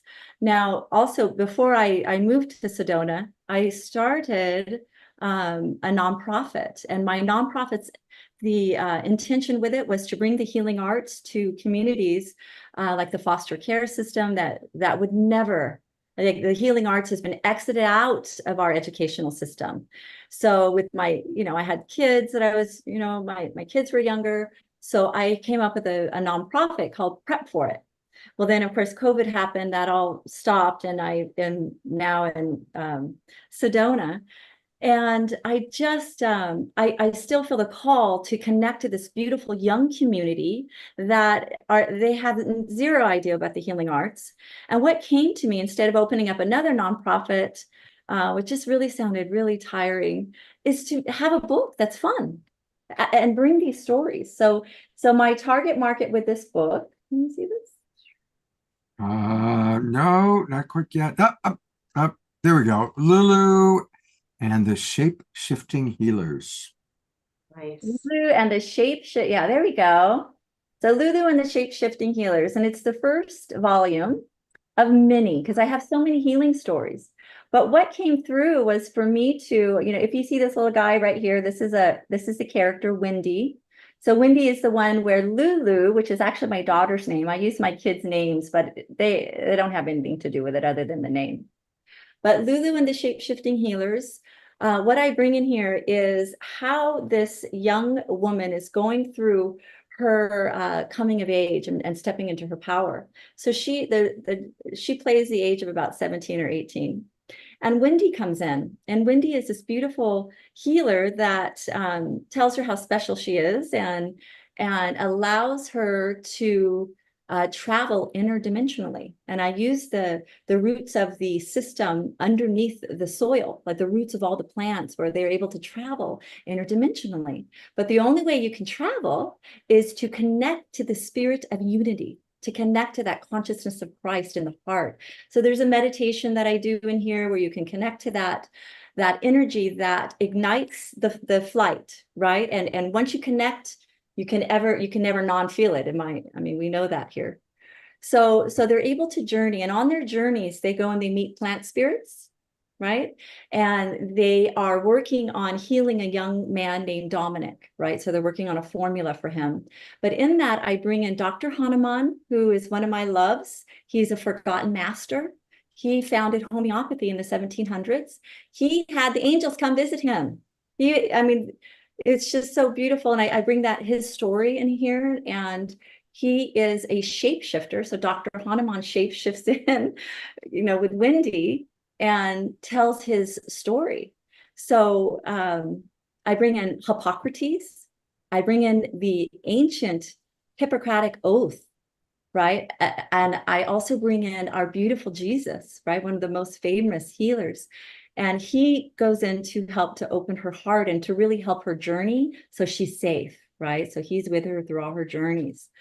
At the end, I bring in the ability to communicate telepathically, and I bring in the realm of the mermaids and past lives. So this book is based on all my past life journeys, and I just wanted to do, a fun way of, maybe that age group, people that loved the Harry Potter series. And that was all over. My kids were in, middle school. So they were reading books like this large, they were really into it.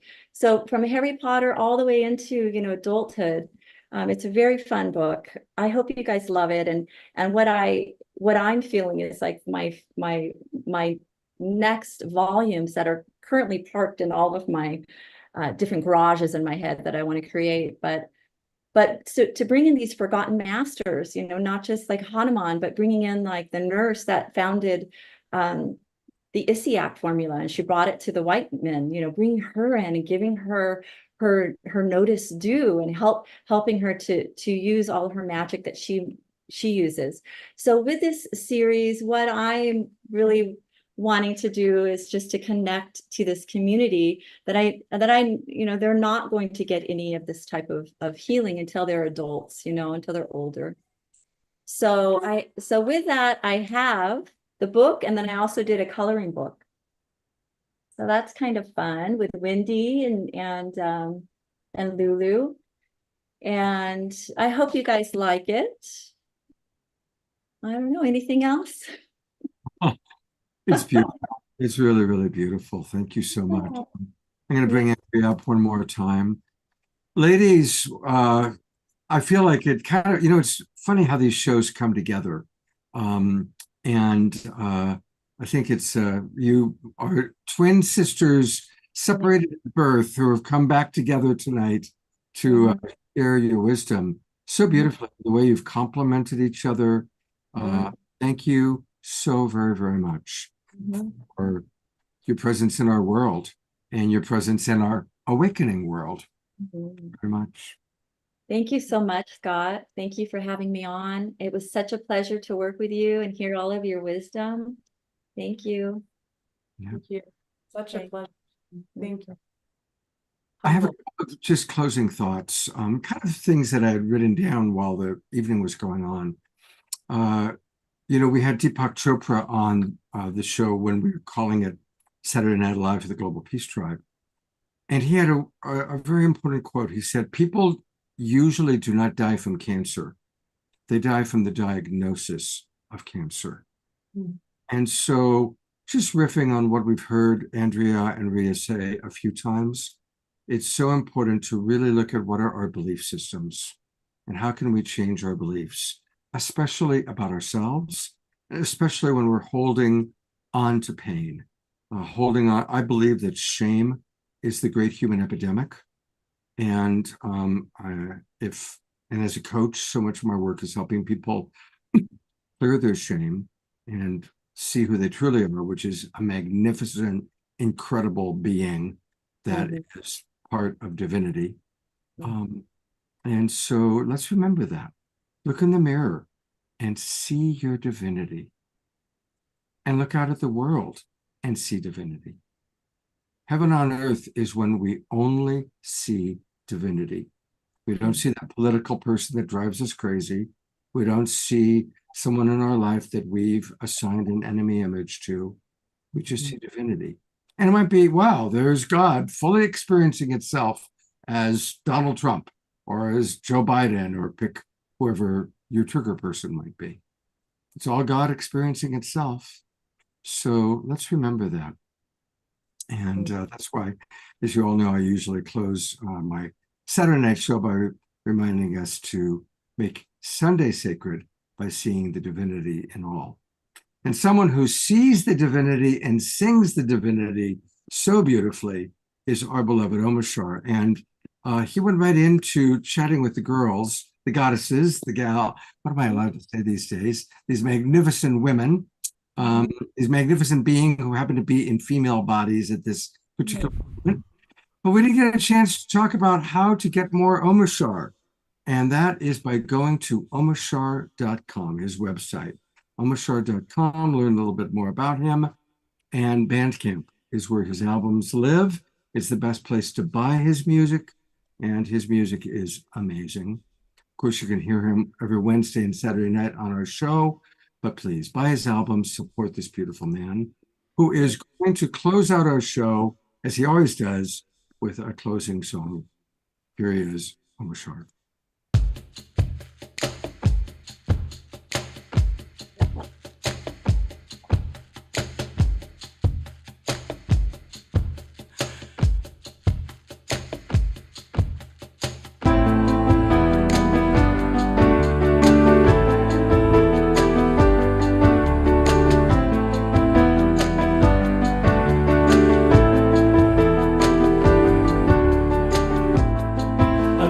Shine a light inside, and I'll show you where your truth resides.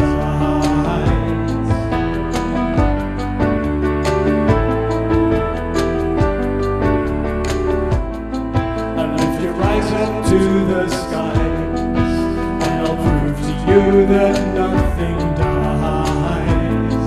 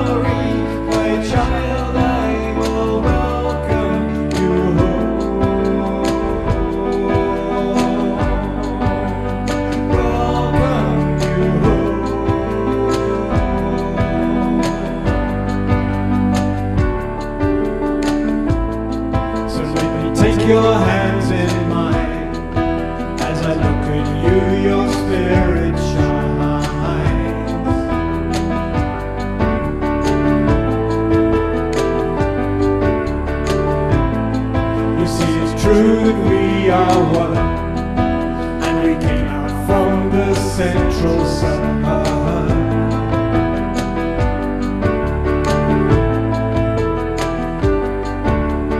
I know you hear me, so please do not fear me, 'cause I am here to lift you, restore you to glory, and love you and hold you, and be your victory.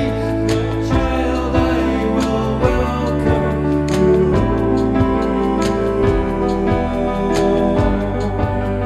welcome you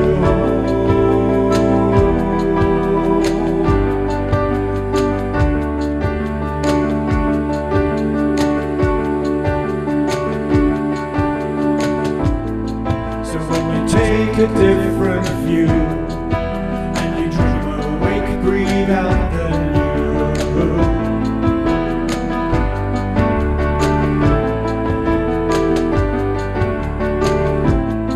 The world will come alive again as we dance and sing and make new friends.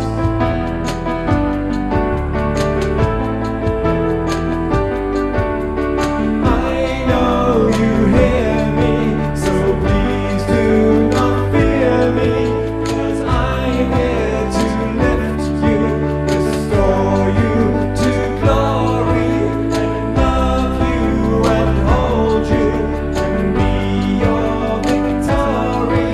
My child, I will welcome you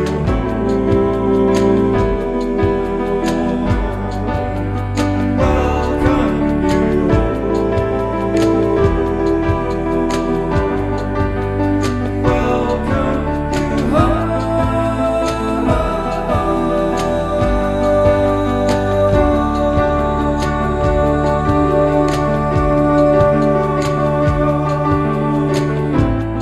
So let me shine a light inside, and I'll show you where your truth resides, and lift your eyes up to the skies, and I'll prove to you that nothing dies.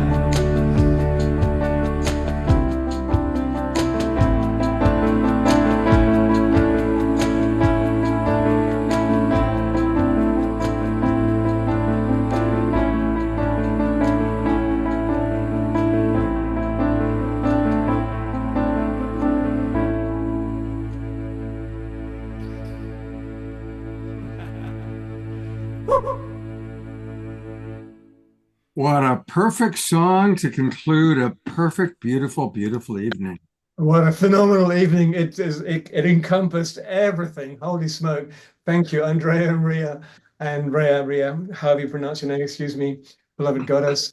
And yeah, I'm so full from tonight. Thank you. And I've written a list of virtually everything you both said. And I know that I'm going to be a better, healthier body because of it. Thank you. Mhm. And I put the mushrooms up for Ria, of course.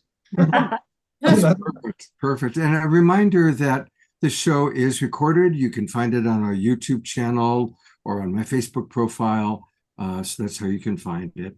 And a couple of important announcements. Lulu and the Shapeshifters lives at Amazon. You can get it. So let's definitely support this wonderful, wonderful book series, the first one.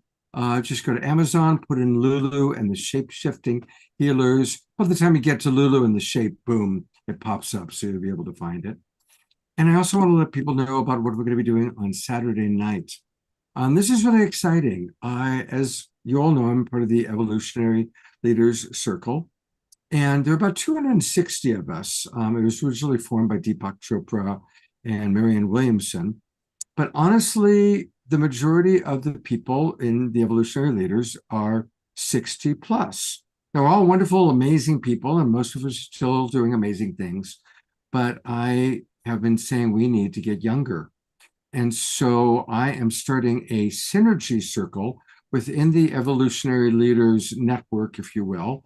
And on Saturday night, you're going to be meeting the core members of that synergy circle. I'm calling it the next generation or the new generation of Awakening World Leaders.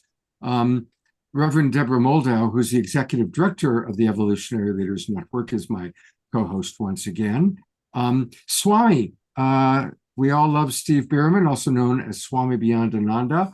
He's also a member of the Evolutionary Leaders Network. So there'll be three of us older folks ushering in the young'uns. Now, some of the young'uns, you know, like Tatiana Speed, will be back playing music, but also speaking. So this is going to be a really powerful Saturday night show, and we will close it with Maggie Rose Lacosta, one of our core young leaders, doing a KES group healing for everybody. So that's going to be this Saturday night. Once last time, thank you so much, Andrea, Ria, beloved brother Omashar, and our audience. Thank you, everybody, for a powerful, beautiful show. Look forward to seeing you all on Saturday night, and let's all incorporate these wonderful options and alternatives that Ria and Andrea have blessed us with tonight. Let's all make choices for greater health and vitality and detoxing. Thank you, everybody. Good night.